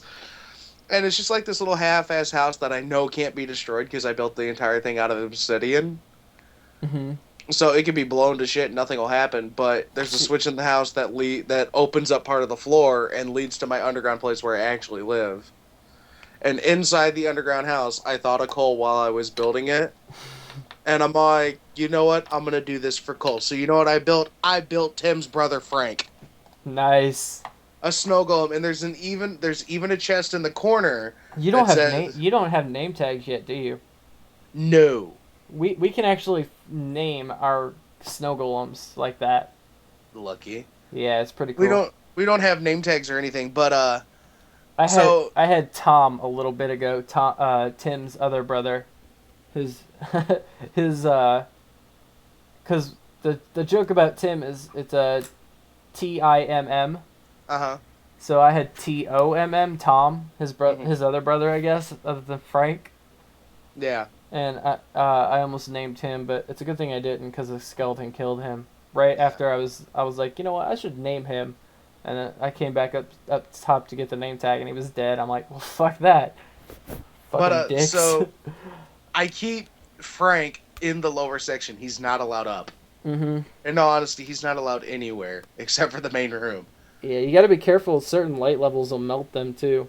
Well, see, that's the beauty of it because that main room that he's in, I use glowstone, Uh-huh. but it's embedded in the ceiling. That's the way you got to be careful, because I don't know if you know how the lighting works, Yeah, I know certain things can melt snow and things like that. but like you know that glowstone and any other light source melts ice, right? Uh, except for redstone lamps, those don't melt anything, do they? They should. I don't think they do. I know for a fact jack-o'-lanterns do, I know torches do, and I know glowstone does, but I don't think redstone lamps do. I think if redstone lamps are on, they should. Hmm. Otherwise, I would feel like a lot of people that use ice often, because everybody knows that the glass texture sucks. Yeah. Everybody hates the glass texture. So a lot of people use ice instead Mm-hmm. because it looks better and it looks a lot cooler. But the Yeah. problem with ice is, of course, it melts. Yeah. And the hardest part about that is finding lighting that works with it. But the way we figured out how lighting works is as long as something is 4 blocks away from ice, Mm-hmm. and that means like 4 even air blocks and stuff. Yeah.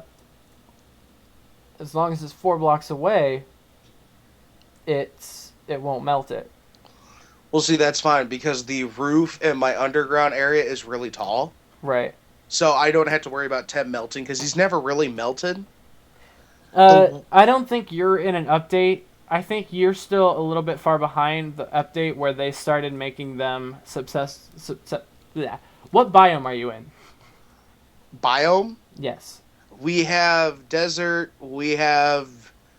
I know, but what biome do you live in? Like, where is your house at? I kind of want to just call it a forest biome. Okay. Oh, you don't have F3. We just recently got jungles. Okay. Either it's already in there or it's coming soon to you.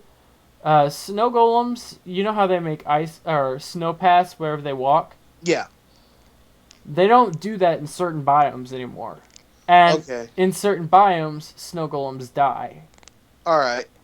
So, like, jungle biomes, extreme hills and deserts, they do not make snowpass. In deserts, they die for sure. They might die in jungles, I'm not sure. But in plains, oceans, rivers, and what's the other one? Taigas. They will create snowpass. Well, see, he creates a snow pass in mine, but my house is like right next to a river, Right. so I don't really have to worry about any of that. Well, I don't think you're in the update where river is actually its own biome. Not really. I think it's just there. I don't think it's its own biome. They made a river its own biome at the same time they did oceans, which I believe are right after jungles. They came right after jungles. So we should be getting that soon. Yeah, but they might exclude that because oceans, if they do spawn, they're huge, and you guys have a limited map size. Yeah. So you don't want to spawn in a world that's 100% ocean. Well, occasionally, whenever they do like big updates like that, they almost like always expand out make the area bigger. Oh, okay. So like they're just upgrading the amount of memory it's allowed. Yeah, so like every big update we get, the world gets an expansion both horizontally and vertically. You know what's nuts though? 30 minutes ago we were talking about Ed and Eddie. And now we're talking about Minecraft. Now we're talking about Minecraft. Other end of the spectrum. But yeah, I haven't had any problems really with the snow golem like melting on me or anything like that. The biggest problem I had with it was, because you have the main area that I have, which has like the basic necessities that leads to my small little actual bedroom. And then there's a small hallway that has two sections to it. One section leads to my ender room, which has an ender portal in it. Because I had to have a fucking ender portal, because I have another portal built into the wall. I'm like, I want both fucking portals. I don't care what anybody says. What if I want to go fight something? I'm going to go fight it. So I have a whole little room dedicated just to the ender portal, and just in case some asshole comes in there and breaks it, I have all the shit to fix it. Right. If you're playing in survival, ender portals are actually invulnerable. Like, they cannot be broken, the ender portal frames. Yeah, I built that just in case in the event that I'm doing something in creative mode and I have somebody help me and they want to try to grief me, it's not going to work. See, that's another thing. Minecraft has always been being griefed. It's been being griefed since the beginning, since it was in Classic, which really sucks, but it's become such a part of the game. You almost expect it. You have to expect it, because other people expect that, like, I don't know, like, I'm really worried about my server all the time, because every now and then I'll let people on that I kind of know, but really don't know that well. Like, and you're afraid that, like, this dude's going to grief really bad. Right, because we've had it happen once. We lost our map. A map that a lot of us were very proud of. Like, do you know the graveyard from Ocarina of Time? Yeah. I built that in Minecraft. To scale. Some asshole just came in and broke it. Some asshole came in and ruined the spawn of that map. And the latest update I had of that map was a month behind.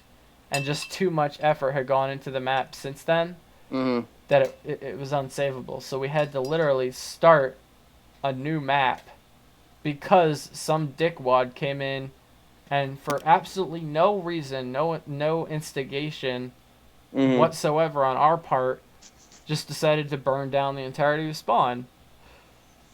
Yeah, it's a dick move. Like, I don't get what people get out of it. See, like, I have certain, like, whenever I grief people, I do it with a bit of intelligence, so it's clever and it's funny, but it's still a dick move at the same time. Well, see, there's a difference between pranking and griefing. Oh, I love pranking. Pranking, like, one of the things I did was I had a friend of mine who was playing it on the 360 version a while back before they had the hard copy, and I would play on his game in his world, and all his buddy would play, and for like a good 2 to 3 weeks, I had everybody on that map afraid of pressure plates. Yeah, now see, something similar to that is okay. All it was is If it destroys the build beyond repair, then it's not okay. But if it's like if you're knocking out a wall to put in an obsidian blast shield or something, and then or like if you're covering their house in obsidian or something, I've done that before. That's an overbearing prank. Depending on who you're pranking, like on the Minecraft server, that kind of stuff that would fly. Yeah. But like on my server, that would probably have people asking you to get kicked because on the Minecraft server, they're used to that kind of pranks. They've pranked each other so much that that's really the level they have to go to in order to successfully create a prank. Sometimes, even though that's a pretty amateur prank. Are you cracking knuckles? Me? Yeah. No, I'm rocking and my bed's creaky as shit. Ah, you and your rocking, dude. Dude, it sucks, especially when you're on like a half-broken futon. But your rocking is so hypnotic too. I know. The terrible thing is, so many people. It's addictive. It is like, sitting behind you in history was the worst fucking thing in the world because like you just see like our entire row just rocking back and forth in unison, and it was the funniest shit because everybody knew it was you that instigated it unintentionally, and it was just beautiful. It was so uniform. Everybody would build off of it. I swear I can start a cult with this. Like, it was so hypnotic. Everybody in our row would start, like, just rocking back and forth. Oh, and that just infuriated substitute teachers. It was hilarious, because they thought we were doing it to pick on them, but it was just, you start doing it. You and out of the corner of your eye, you see it all the time, and then he's yelling at everybody else, and then he gets to me and goes, "Why are you still rocking?" And I look at him and go, "I'm rocking." Exactly. It's like... And then everybody just looks at me and go, "Well, we started doing it because I saw him start to do it." And then she's like, "Why do you start doing it?" It's a nervous tick. I can't help it. Right. I don't know. It's just something you gotta do. Oh, trust me. The funniest thing I've ever seen before was I was at a party one night drinking with a bunch of people. Yeah. And we're all sitting around at my friend and my buddy's house, and everybody's out in the outside sitting around the fire, and I'm around there, right? And I'm in a rolling chair. I'm drunk, and I'm sitting there with a beer in my hand, just sitting there drinking it, rocking back and forth. And then when I look up and I paid attention, I realized that everybody sitting around the fire was rocking with me in unison, and we're all drunk. And I'm like, does anybody else notice that we're all rocking in unison? And Denny and all of them just start to realize, and they're like, holy shit, dude, how'd you do that? I'm like, I don't know. Oh my god. I need to have another bonfire over here. Speaking of fires. Yeah, we really do. We got to plan this out. Yeah. I will have to take the day off for it too. The day and the day after. Mm-hmm. But the thing is, I don't want to host another one until I have a job because I don't want to wear my dad's patience thin. I got you. But I need to see you guys so bad, and I don't think a lot of us are going to be able to make it to Apocalypse this year. Yeah, I don't even know if we're going to be able to go to Apocalypse. Like, Emily said that she'll go if me, you, and Cole are going. Me and Cole want to go. It's just a matter of whether we can afford it. Cole has his job, but he, of course, can't really keep too much of it. He doesn't make that much. I could put away the money for Apocalypse. The thing is, I can't afford anything, so I'd be relying on either Dad or Cole to pay my way in, which I hate doing. Yeah. And I don't want to go and not pay for a badge or whatever and just kind of derp around the hallways like we always do. You could do what I did. What'd you do? Get on the staff again. Yeah, I mean, that's one thing I was going to ask you. If you were still buddy-buddy with the staff up there, do you think you could talk to them about letting me get on the staff and working my badge off? Because I know you're buddy-buddy with them, and Amanda is friends with one of the guys that runs it. She's actually going for free because she's going to be his +1. Okay. So I was thinking, like, between the two of you guys, do you think you could talk to them to get me on the staff there to help out? Because even if it was for that, it'd feel like a job, and I would be doing something, and I'd be happy. I'll talk to him. I don't really have much contact with most of the people from there anymore. Right. I figured you might not, but it was worth a shot. Because Yeah, if we go back there, if I run into the lady that I did the last time, I'll look at her and go, "Hey, I got a buddy of mine who doesn't have any money for a badge, but he's totally willing to work for it. You just gotta get a spot open up on the staff. He'll totally work. And like, if she does, she'll tell me instantly and tell you exactly where you need to go and everything. right. Do you remember our first con? Kawa, Yes. Do yeah, you remember one of the Pichu sisters? yeah, Her big sister uh huh. is the one who runs Cowicon. Get the fuck out of here. Yeah, her big sister and Mikael, Hmm. they run Cowicon. They are the Well, ones who set it up. The thing Speaking of is, that, I'm not really in contact with her anymore, but I want to dude, get in contact with her to get in contact with her sister to ask if I can be hired on as part of Cowicon staff, like permanently, like to be a permanent member. Because another friend of mine is part of the Cowicon staff, and she hmm, usually does a lot of the badge stuff. yeah. I want to work for a con. That'd be the best job ever. I might be able to get you a spot in like ASTL or Natsu. Really?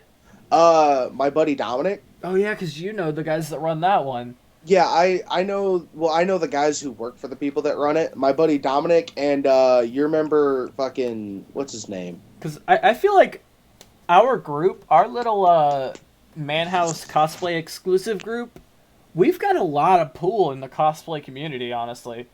Because I'm friends with a lot of the cosplay people's, relatives and friends and stuff. And I became famous with famous people by drunkenness. Exactly. You get a lot of contact with famous people, and Hannah, right?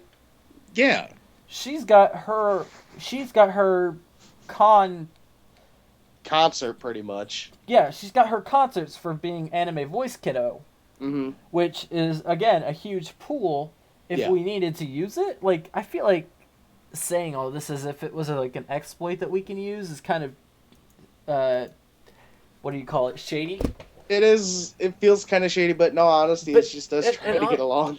Yeah, it's like if we talk to all these people, we could honestly become part of because we're already part of this cosplay community, obviously, because Oh yeah. we go every year and we get stopped in the hallways every 5 seconds by people who know us, Hell, whether I'm it not be even know. I'm not even known by my first name anymore. right. You've got your personality, the Reverend, Yeah. and me. I'm either Stein Mm-hmm. or Shane. Yep. Mostly Stein. That's Yep. how people know me. That's how people call me and talk to me and stuff. And um, But we've got enough influence and pull in these communities. We should really start trying to see what we can do to benefit it yeah.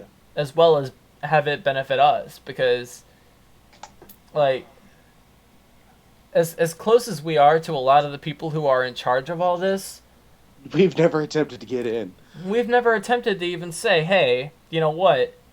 If you guys need extra help this weekend or something, we're always here to help. It doesn't matter like how or what, or even if like they don't need help, Yeah. but if it's just an extra hand, because like a lot of it would start off as volunteer work, I'm sure, but eventually we might become so useful that they start paying us for helping. Well, the people I could possibly talk to for you is you remember Steven, right? Steven Chocolate British- Bunny? Gay British guy. Oh, yes, I love him. I don't think he likes me very much, though. No, he always has that vibe about anything. Like, I feel like he finds me annoying because we got along that one time, but then, like, I guess he didn't really expect me to talk to him anymore past that. Yeah. And Steven's once I'm friends with somebody, I try to stay friends with them. he's kind of a weird one, but he's all right. But yeah, Steven and my friend Dominic, both of those guys, they run assistant work for any famous people that come and visit. See, I was wondering how Steven always had those, like, he was always so charismatic with everything. He just felt like he was in charge of stuff, even though he had no part in any of it. Well, actually, come to find out, he actually did have parts. He was always an assistant for somebody. See, I didn't know that at the time. I just, like, Yeah. he just felt like he had power there, even though he technically didn't, compared to what he was doing. Of course, Yeah. like he was an assistant to Quentin, the one I met him at. Yeah. But that doesn't grant you any power. That just means no. You know somebody. You know somebody. But he was almost like a figurehead for that convention. Mm-hmm. So I got Steven and Dominic who help run that whole. Are you still in contact with Steven? Yeah, I'm friends with Steven. Because I feel like Steven. every time I run into him, I'm like, he either asks me where you are, or I mentioned that you wanted to see him at some point, and then like he's like, "Oh yeah, sweet, I gotta go find him," and that's basically the extent of our conversations. I talk to him on Facebook. I hang out with him at the conventions every once in a great while. We have a good time. I'm really good friends with Dominic. Me and Dominic are really good pals. And then on top of that, the guys from A&G Ohio that help run the game room. Mm-hmm. I'm really good friends with all those guys. Like Stefan and me and Stefan. I get invited to A&G Ohio every year by the same person. Same here. I get invited by Stefan. I get invited by Shade. I get invited by I always get invited by a Ryan something. Ryan. Yeah. Yeah, Ryan invites everybody. I know, but it's like I can never go. But well, it's all the way guy, in Ohio. That guy always invites me to Anime Zap, which I've wanted to go to every year, but I haven't been able to. Mm-hmm. And A&G Ohio. Yeah. See, my buddy Andy, he's the guy who like pretty much like helps run A&G Ohio. Mm-hmm. He also does the game room and all that. He tells me all the time, him and all the guys from Ohio, they look at me and go, Reverend, I've told you this before, but I gotta say it again. You come to Ohio, you hit one of us up on Facebook, we'll take care of you. Yeah. Oh, there's another group. They are in charge of CosplayCon. Oh, okay. Do you know who Aura is? Sounds familiar. You probably know her. She usually cosplays, or she has a very popular cosplay of the sexy steampunk angel. You know what? I don't remember it, but I should have probably remembered that. I'm surprised you don't. I know. But she is friends with the people who, or she might even be staff as far as I can know, of CosplayCon, which I am so pissed I missed. Free ramen all weekend. Free Mountain Dew all weekend. Vic Mignon was going to be there. Todd Habercorn. Mm-hmm. Who else? Like 3 other great voice actors that I wanted to meet. And I couldn't fucking go. And it was like a $15 ticket. Damn. That was such a good convention that I missed. And I'm so upset. That would have been the best convention. Free ramen and dew, first of all, would have sold it for me, even if there was nobody going. Yeah. You can't pass up free ramen and dew. Oh, hell no, especially when you're broke. Especially at a convention. Yeah. And then they have such good vendors, and they had such good voice actors and stuff there. Oh, I was so pissed I missed that, and it looked like so much fun. I had a buddy of mine that I made friends with at NaziCon. His name's Zach. Real cool dude. Zach what? I don't remember his last name. He had like a shaved head, glasses, really into heavy metal. Shaved head, glasses, head into heavy metal. Had a goatee. I feel like I know, but I can't picture it in my head. Anyway, but he was a really cool dude, and the entire time I was there at Natsu hanging out with him, all he wanted to try to do was he tried to talk me into going to Dragon Con. Let's see. Zach. Goatee, bald head. I'll say I got his number, I just don't have his last name on it. I can't. See, like, my problem with me is, like, I'll get these people's contact information on my phone, and I'll forget to get a last name or something. Yeah. So a lot of the people in my phone, if I, like, either they'll have a question mark behind their name or they'll have .con. Yeah. So that I know that they're from a con. Because I can't remember faces. I can remember faces, but I can't remember names too well. Mm-hmm. So it's like, I have, like, one right here, Cheyenne Con. I don't know who Cheyenne is. I can't, for the life of me, remember. His last name starts with a B. Zach B. I feel like I should know who that is. But anyway, Really cool dude, and he kept J- trying to talk me into Dragon Con. is Jason Chocolate Bunny? I think so. You think? Because I have Jason Con question mark, and I'm pretty sure that was Chocolate Bunny. I don't remember though, and I haven't talked to anybody since then. You kidding me, dude? There's people from conventions that I got their phone number for that I don't even remember them. Like when we went to Anime Apocalypse the first time, Mm-hmm. there was this construction worker that was in the hotels like nearby, and he came over to see what was going on, and he was having a good time. I hung out with this dude, got all buddy buddy with him. Come to find out, he's like from fucking Jersey or some shit like that. Mm-hmm. I've got somebody in my phone saved as Yard Sale Sam. But anyway, so me and this guy got along cool as shit, and he gave me his number. He's like, dude, you ever come into my city, dude? You hit me up. We got a party. You know what his name is in my phone? Because I don't remember his actual name. Jersey boy. Nope. Thuggish dude. Thuggish dude. Because he talked like he was black. I'm like, thuggish dude. Got it. And see, that's another thing. It's like whenever me and you first started going to conventions, it was us who was remembering everybody else, but nobody remembered us.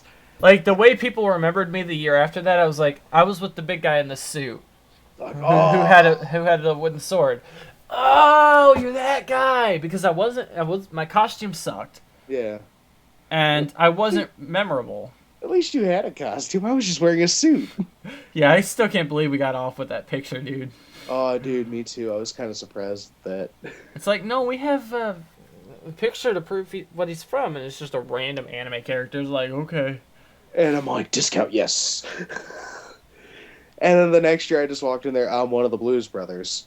And then the thing that like made me want to reach over the counter was the girl that was waiting on me didn't know who they were. Right. And she looks back at the lady, I guess, that she was related to. She goes, Grandma, do you know who the Blues Brothers are? And she goes, I remember that happening, and she goes, actually. She goes, she's like, I don't even want to talk to you right now. Why? She goes, he's saying he's one of the Blues Brothers. She took one look at me and go, yep, give it to him. I remember that happening, actually. Like, That was so fucking funny. Yeah, I'm pretty sure that was the same convention. You glomp me from across the room and knock my head into a pillar. Worth it. The potential concussion was worth it.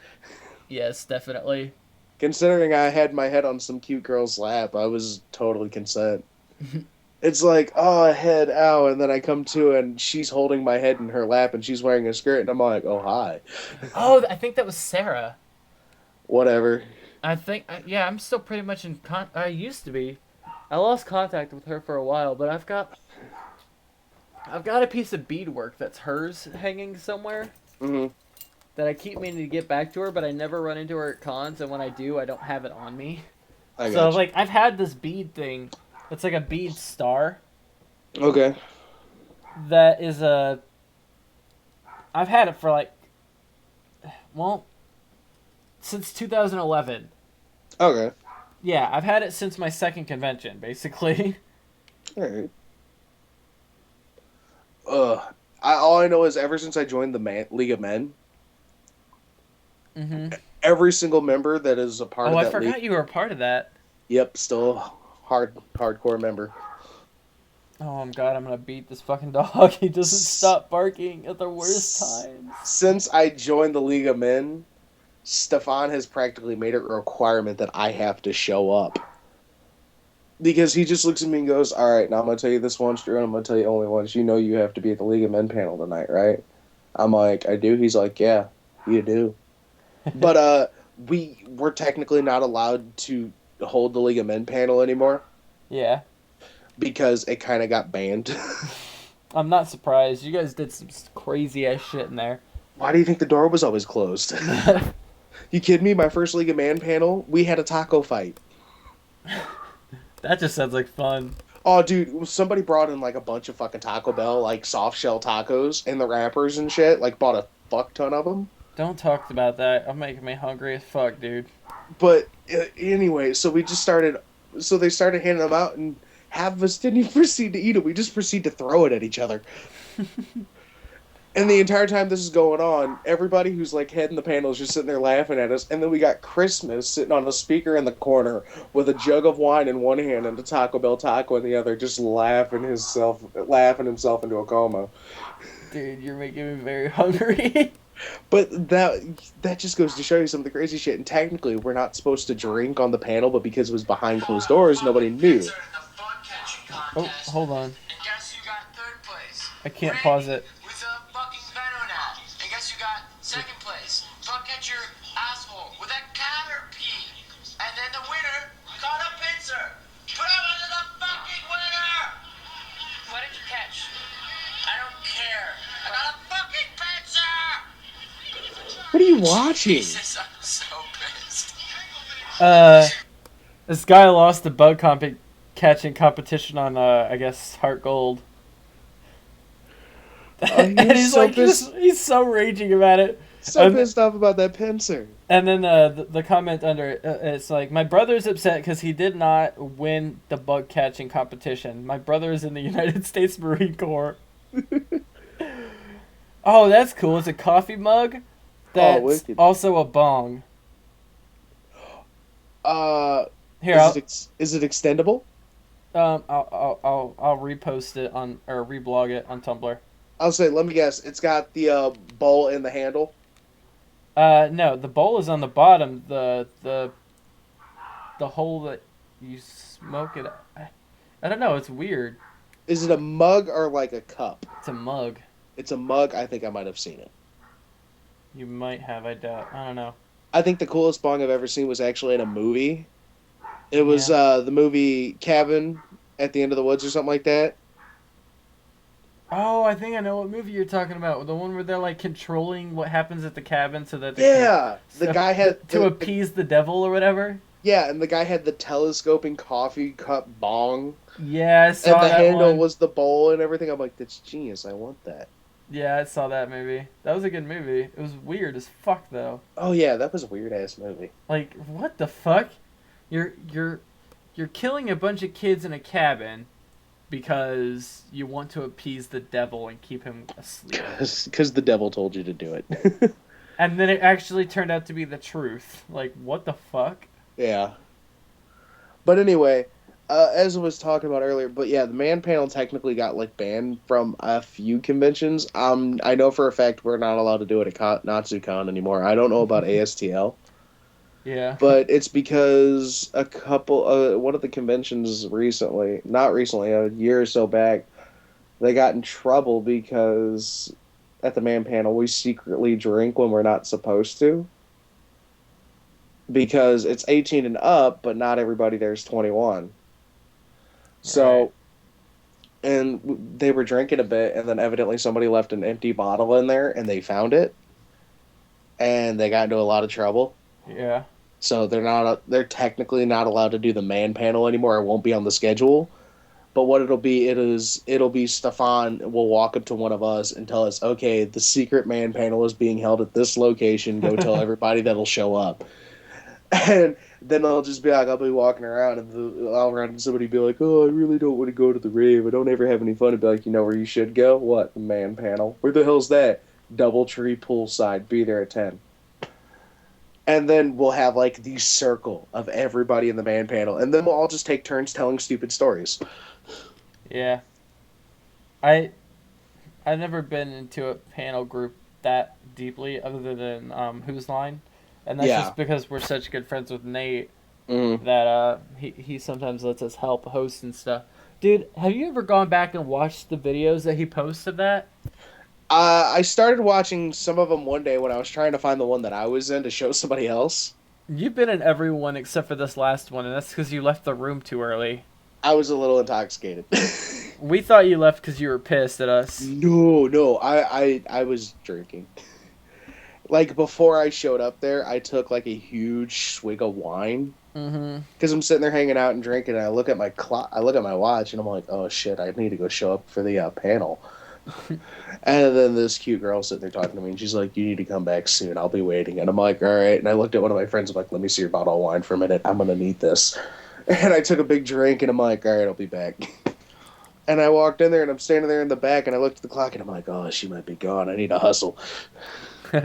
Yeah, we were gonna call you, but we can't have like the same person on the first panel every year. Yeah, I got you. So You it's can't put like me in the same skit every time. exactly. We always start with the same skit, so we had to wait until you were at like a skit that you hadn't done yet, and of course that was closer to the end of the panel. Yeah. Dude, like that was such a fun panel. That it was so much fun being able to help host, even though I didn't really do anything. I just stood up at the front and like looked out at the crowd or whatever. But it was so much more fun than sitting in the crowd Yeah. and being able to help and stuff. And like, it was such a. It's always haphazard as fuck because nothing ever goes right. Like we almost caught Nate's scarf on fire. No, it did catch on fire. He used it to cover up the projector. He draped it over the lens so we couldn't see what was on the board. Uh-huh. And it burned it. It burned a hole in it. And everybody was like, something smells like smoke, and everybody freaked out. And then like at one point the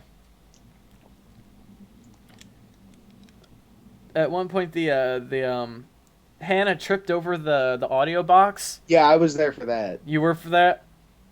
I was there for that was horrible. The loud noise. What really pissed me off was that Deadpool at the front. Yeah, actually, you should know who Deadpool was. It was that Zen guy, right? Yeah, it was the guy who was Captain Jack for the last panel. Yeah, he pissed me off. I hate to say it. Like, see, normally he would... He just kept, like, trying to take too much attention away from the panel. But, like, it was fair enough. He's funny, and he's, of course, acting as Deadpool would. Yeah. But I'll say, if he was dressed... It was still rather annoying how much attention he was grabbing, and it was taking away from the show, it felt. Yeah, I'll give him that much. Whenever he does the Captain Jack costume, he's much more behaved, so to speak. I mean, like, he has his funny moments. If you're trying to quit smoking, go to a sauna 3 days in a row. You'll sweat out the nicotine, and it'll be easier to quit. Interesting. It requires me to go find a sauna. I know. And I kind of like smoking. It helps keep my sanity. And without my sanity, I'd be a completely different person. Gotta love life hacks. Yeah, life hacks are awesome. The gel from an Advil liquid gel will cure a pimple right away. We gotta remember that one.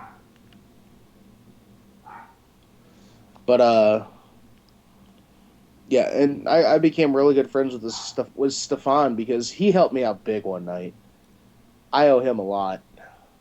Yeah. That was the night, I think it was my first ASTL. It was the first man panel I've ever been to. And then there was that huge party afterwards, and you and Cole had already went back to the hotel room. Yeah. That was back when the Motel 6 was still Motel 6. And, I'm drunk beyond all compare, and all I'm thinking to myself is, how am I getting back to the hotel room? Yeah, we were really worried about how you were going to do that, but you ended up there. Well, yeah, because I ran into Stefan, and I'm like, Stefan, what are you doing? And he's just like, well, me and a couple guys are probably going to end up running to Steak and Shake here in a bit. Why? I'm like, all right, so my hotel's all the way at the Motel 6, and I really don't want to have to try to play Drunken Frogger to get back to my hotel. You think I could catch a ride? Oh, and I think that was the one where it was all icy and shit too. No, I'm pretty sure that was Apocalypse. No. Right before that. Oh yeah, that's right. Yeah, because we had a room on the second floor. Yeah, that's right. And we always had a problem getting down because it was icy as shit. Yeah, because Cole wiped out once, and I almost wiped out once. No. That was Anime Apocalypse. Are you sure? Yeah, because that ASTL, you and Cole were doing parkour all over the place. I remember you... Because I feel like the shape of that hotel was different. No, that was Apocalypse. That was definitely Apocalypse. Yeah, because we were also in a Motel 6 at Apocalypse. Yeah, because we always stay at the cheap hotels because it's a lot fucking cheaper. Yeah, it's a lot cheaper, and normally they don't question our age. But that doesn't matter anymore, because me and you are both 21. Mm-hmm. The only problem is now neither of us can afford to go.